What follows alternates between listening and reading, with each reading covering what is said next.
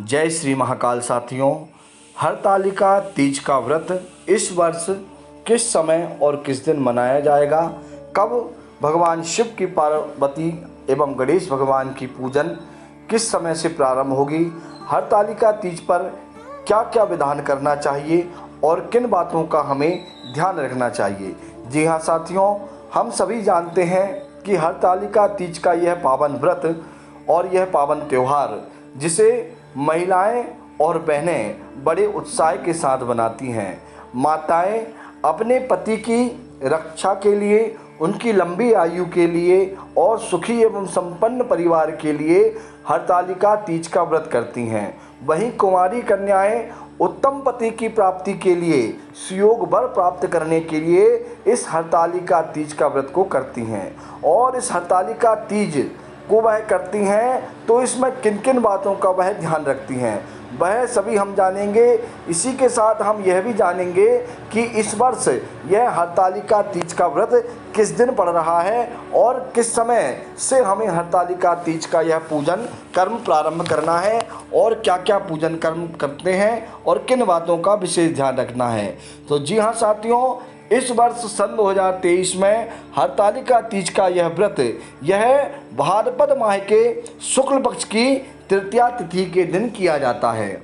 और इस वर्ष भाद्रपद के महीने में शुक्ल पक्ष की जो तृतीया तिथि है उसकी शुरुआत हो रही है 17 सितंबर के दिन रविवार को, परंतु यह दिन में 11:08 से तीज प्रारंभ हो रही है। वहीं यह 18 सितंबर को दोपहर 12:39 तक इसका समापन होगा। तो साथियों, उदया तिथि के कारण, उदया तिथि के मान से यह हरतालिका तीज जो है इसका व्रत 18 सितंबर सोमवार के दिन ही रखा जाएगा। सोमवार के दिन ही यह हरतालिका तीज का व्रत किया जाएगा और सितंबर के महीने में 18 तारीख को हरतालिका तीज का व्रत सभी करेंगे और इस पर्व को मनाएंगे।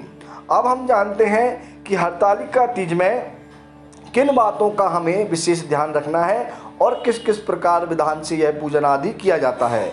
साथियों, हम सभी जानते हैं कि हरतालिका तीज में अपनी कामना की पूर्ति के लिए माताएं एवं कुंवारी कन्याएं जब यह व्रत को करती हैं तो उस व्रत को वह निराहार और निर्जला करती हैं। जी हाँ साथियों, यह व्रत निर्जला होकर के रहना पड़ता है। इस व्रत में जल भी नहीं पिया जाता।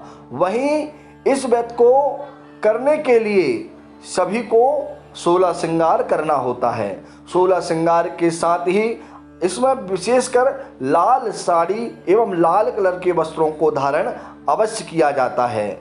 माताएं बहनें प्रातः काल से ही उठकर स्नान करके भगवान सूर्य को अर्घ्य चढ़ाकर और व्रत का मन में संकल्प कर लेती हैं और निरंतर भगवान शिव पार्वती एवं गणेश का मन में ध्यान करती रहती हैं।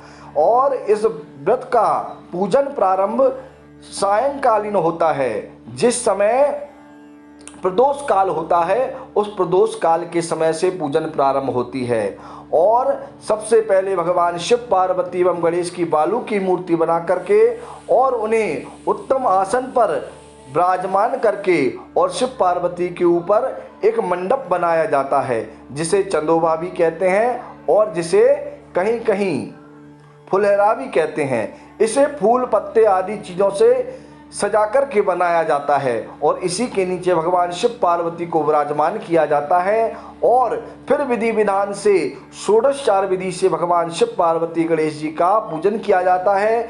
इस हरतालिका नामक तीज की दिव्य कथा को श्रवण किया जाता है जिसमें हम विस्तार से सुनते हैं कि किस प्रकार माता पार्वती ने इस हरतालिका नाम के तीज के व्रत के करने से ही भगवान शिव जैसे उत्तम पति को प्राप्त कर लिया था और इस तीज के व्रत के पुनीत फल से ही उन्हें यह उत्तम सौभाग्य, यह उत्तम पति प्राप्त हुए थे। इसीलिए माताएं बहनें इस व्रत को बड़े विधि विधान से करती हैं। साथियों, माताएं बहनों एवं सभी भक्तों, इस व्रत को जो भी करता है वह इस व्रत को कभी छोड़ नहीं सकता। इस व्रत को करके आप एक व्रत प्रारंभ करके दूसरा व्रत नहीं छोड़ सकते। इस व्रत को अंतिम समय तक निरंतर करते रहना चाहिए। और इस वर्ष हरतालिका तीज पर जो भी माताएं बहनें इस व्रत को करने जा रही हैं वह सभी बहुत ही पुण्य का लाभ लेने वाली हैं, क्योंकि हरतालिका तीज का यह पावन व्रत इस बार सोमवार के दिन ही है। सोमवार के ही दिन तृतीया तिथि है और सोमवार के दिन जो कि भगवान शिव का ही दिन है और हरतालिका तीज भी भगवान शिव के निमित्त ही है। तो ऐसे पावन दिन, ऐसे शुभ योग पर हरतालिका नाम के तीज का व्रत करने से, इसकी पूजन विधि एवं कथा श्रवण करने से सभी को अनेकों प्रकार की शुभ फलों की प्राप्ति होने वाली है।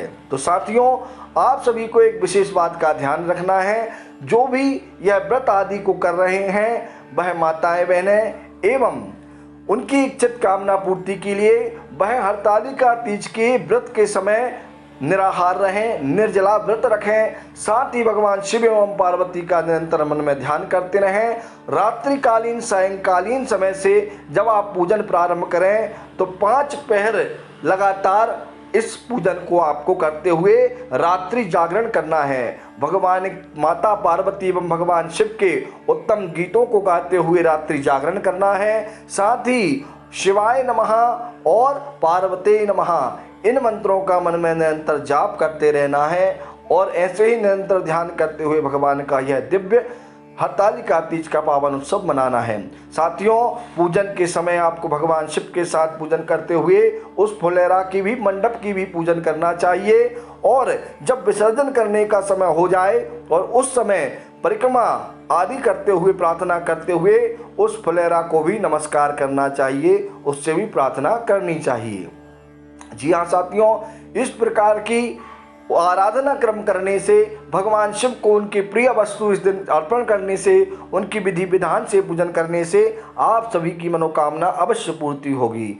मेरी कामना भी यह है कि आप सभी जो हरतालिका तीज का व्रत करने जा रहे हैं, आप सभी का भी यह व्रत उत्तम रूप से परिपूर्ण हो। भगवान शिव पार्वती आपकी मनोकामनाओं की पूर्ति करे, इसीलिए मैं यह वीडियो लेकर आया।